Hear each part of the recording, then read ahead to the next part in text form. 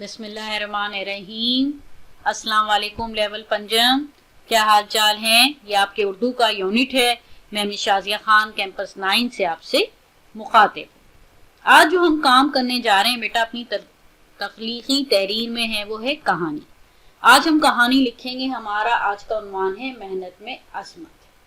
ठीक है, इस पर हम कहानी तहरीर करे जाएंगे। मैं आपको खाका भी दूंगी और इसके तरीक़ेकार भी थोड़ा समझाऊंगी कि हम कहानी किस तरह तहरीर करेंगे। ठीक है, जैसे कि आपको तस्वीरों, और ये कहानी मेरे ख्याल से हमने कई दफ़ा अपने रिसालों में भी पढ़ी है और अपने बुजुर्गों और बड़ों से भी सुनी है, क्योंकि मेहनत में अज़मत है, यानी कि मेहनत से ही कामयाबी मिलती है। ठीक है ना। जब भी आप कहानी तहरीर करने बैठें, कोई भी आपको तख्लीकी तहरीर दी जाए, तो सबसे पहले मौजू को समझना बेइंतहा ज़रूरी होता है। अगर मौजू पे आपकी गिरफ्त है और मौजू को आपने यानी उन्वान को, टॉपिक को बहुत अच्छी तरीके से समझ लिया है, तो उस पर तहरीर करना फिर कोई मुश्किल नहीं होती। इमला की जो गलतियां होती हैं वो वक्त के साथ आहिस्ता आहिस्ता जितनी आप मशक करेंगे वो दुरुस्त होती जाती हैं। तो सबसे पहले हम तरीक़ेकार देख लेते हैं कि कहानी को कैसे तहरीर किया जाता है। फिर इसके बारे में मैं आपको इसका खाका भी दूंगी ताकि आपको मदद मिल जाए कि किस तरह कहानी को आपने तरतीब देना है। सबसे पहले कहानी की तमहीद बहुत दिलचस्प होनी चाहिए। यानी जब आपने अक्सर अपनी उर्दू रिसालों में या कहीं भी कहानी अपने बुजुर्गों से सुनी होगी, तो आपने सुना होगा एक दफा एक बादशाह था, या कोई भी कहानी शुरू होने से पहले उसका पस मंजर या उसके बारे में थोड़ा सा तारुफ दिया जाता है उन किरदारों का। ठीक है ना, कि कौन कौन से किरदार हैं, कौन क्या काम करता था, कैसी उसकी शख्सियत थी, उसके बाद कहानी शुरू। आपको भी इसी तरीक़ेकार पर कहानी तहरीर करनी है। तरतीब और तसलसल, यानी कहानी में जुमलों का आपस में ताल्लुक होना चाहिए, यानी कि एक जुमला जो है उसका दूसरे जुमले के साथ कोई ताल्लुक होना चाहिए। ऐसा नहीं कि आपने एक बात कही, अपना कोई एक ख्याल जाहिर किया, उसके बाद आपने जो दोबारा दूसरा या तीसरा जुमला लिखा है उसके पहले जुमले से उसका कोई रब्त या ताल्लुक नहीं बन रहा।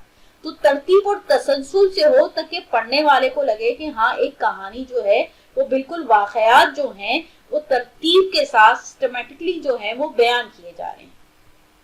फिर कोशिश करनी चाहिए कि जो उसके जो अहम किरदार हैं आपकी कहानी के, उसको थोड़ी उसकी वजाहत कीजिए, उसका हुलिया बयान कीजिए, उसकी शख्सियत पर रोशनी डालिए, उसकी क्या खुसूसियात हैं, उसकी क्या खूबी है, वो कैसा दिखता है। ये सब कहानी तहरीर करने के लिए इंसान को इमेजिनेशन का ख्याल रखिए, तसव्वुर कीजिए, अपने तखय्युल से काम लाइए और उन किरदारों के बारे में पहले सोचिए।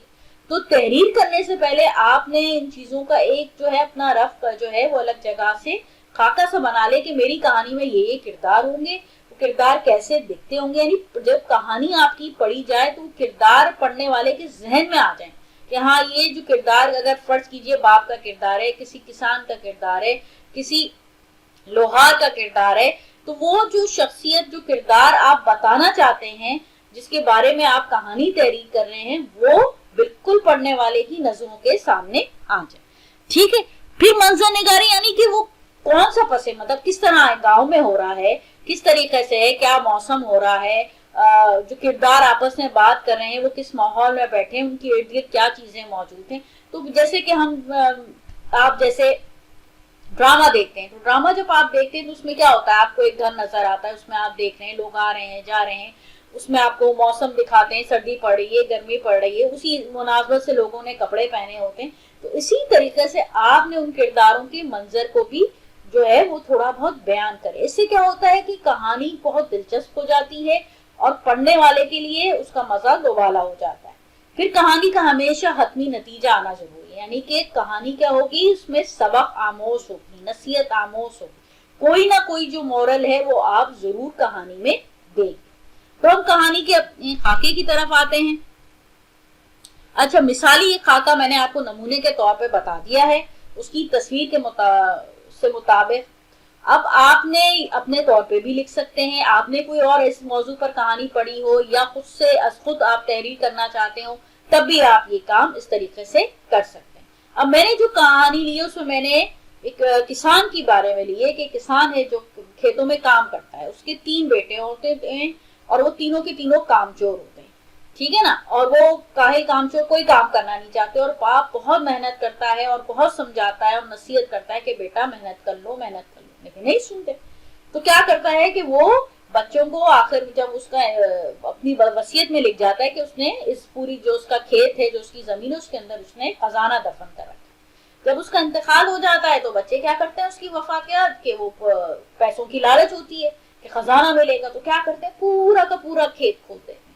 اب جب کھیت کھود دیتے تو اس میں سے تو کچھ بھی نہیں نکلتا۔ تو جو باپ کا دوست ہوتا ہے وہ بہت عقل مند اور ہوشیار ہوتا ہے، اسے کہتا ہے اب تم نے تو اتنی محنت کر کے جو یہ کھیت کھود لیا ہے، تو اب ایسا کرو اس میں بیج بھی ڈال دو، کیا ہے آپ اتنی محنت کر لی ہے تو اس میں کیا فرق پڑے گا۔ تو بیٹے چار نہ چار یہی کام کرتے ہیں کہ اس میں پھر وہ بیج ڈال دیتے ہیں، جب بیج ڈال دیتے ہیں تو پھر اس کو پانی بھی دینا پڑتا ہے۔ تو اس طریقے سے وہ اس معاملات میں مصروف ہو جاتے ہیں، اور پھر کیا ہوتا ہے کہ آخرکار فصل جب پک کر تیار ہو جاتی ہے تو اس کو بیچ کے خوب منافع کماتے ہیں۔ اور پھر ان کے باپ کا جو دوست ان سے کہتا ہے کہ دیکھا محنت میں، یعنی کہ تم جو پیسے حاصل کرنا چاہتے تھے اور جو تم چاہتے تھے کہ زندگی اچھی خوشحال گزار کرو، تو وہ بغیر محنت کے تو ممکن نہیں ہے۔ جب تک انسان محنت نہیں کرے گا وہ کامیاب اور کامران نہیں ہو سکتا۔ تو اس طریقے سے اس کہانی کو آپ نے تخلیق کرنا ہے۔ آپ کو جو مختلف انداز میں، یہ ایک مثالی نمونہ تھا، آپ جس انداز میں چاہیں اس طریقے سے بھی آپ کہانی تخلیق کر سکتے ہیں۔ تو سوال آپ کا ہے، جو آپ کو کام کرنا ہے، محنت میں عظمت کے عنوان پر آپ کو کہانی تحریر کرنی ہے۔ اپنا بہت خیال رکھیے گا۔ اللہ حافظ۔